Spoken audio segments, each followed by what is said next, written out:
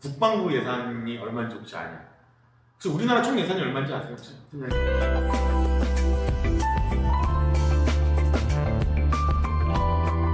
안녕하세요. 네, 현명한보험의 배진호 팀장입니다. 최홍규 팀장입니다. 네, 오늘은 저희 박주환 사업부장님 모시고 지난 영상의 이후로 거절 화법, 고객님들의 상품까지 제안을 잘 했는데 거절한다면 좀 어떻게 좀 대응을 해야 되는지. 너무 중요하죠. 그렇죠. 네.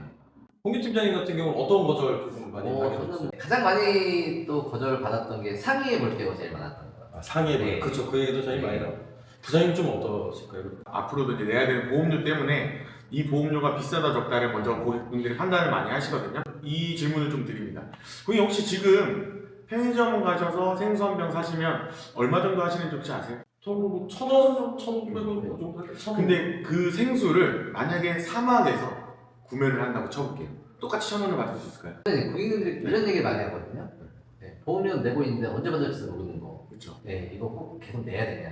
너무 부담된다. 이럴 그렇죠. 때는 또 어떻게 대응을 하시나요? 아깝다는 얘기를 많이 하잖아요. 그렇죠, 그렇죠. 맞아요. 보험료를 많이 내는 게 좀 아깝다라고 생각들을 많이 하시는데 저는 좀 요 얘기를 합니다. 국방부 예산이 얼마인지 혹시 아냐? 혹시 우리나라 총 예산이 얼마인지 아세요? 혹시? 팀장님? 글쎄요, 잘 모르겠어요. 많이 비싸겠죠? 677조 정도 하거든요. 와, 거기에 국방비 예산이 한 61조 정도를 차지한다고 해요. 거의 10% 가까이 되는 거예요. 요 얘기를 꺼내면서 이 얘기를 합니다. 실제로 저희 나라가 이제 분단국가고 그리고 전쟁도 한번 겪었잖아요. 네, 그러면 앞으로 전쟁을 겪지 않기 위해 그래서 이제 국방비 예산을 조금 많이 쏟아붓는 경우거든요. 그러면 고객님께서 인생을 살아가시다 보면 언제 질병이라는 것에 노출될지 모릅니다. 저희 나라도 언제 일어날지 모르는 전쟁에 대비해서 10% 정도 예산을 투여를 하듯이 고객님도 가정의 안전을 위해서 10% 정도 예산을 투여하는 건 어떠실까요? 이런 식으로 조금 비교를 해서 스토리를 좀 만들어서 좀 거절 처리를 하다 보면 대화가 조금 더 부드럽게 이어지는 것 같아요. 그러니까 이 얘기를 들으면 저도 그렇게 생각을 할 것 같아요. 10%의 지출이 아니라 90%를 지키기 위해서 10%를 쓴다. 그렇죠. 이 정도라고 생각을 할 것 같아요.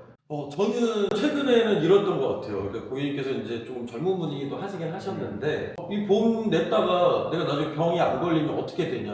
그렇죠. 그러면은 저희도 말씀드릴 수밖에 없는 게 그렇죠. 그렇다면은 보험료 납입한 거에 대비해서 많이는 돌려받지 못하실 것 같다. 안내만 좀 했던 것 같은데 저도 조금 당황스러웠거든요. 맞아요. 그럴 때는 부장님 혹시 어떻게 좀 얘기를 해주시는지. 일단 저축과 보험에 대해서 명확하게 좀 구분을 지어서 얘기할 필요가 있을 것 같고요. 그래서 좀 요런 얘기들을 합니다. 고객님 혹시 저축과 보험의 차이점을 아시냐? 이렇게 한번 여쭤보는 거죠.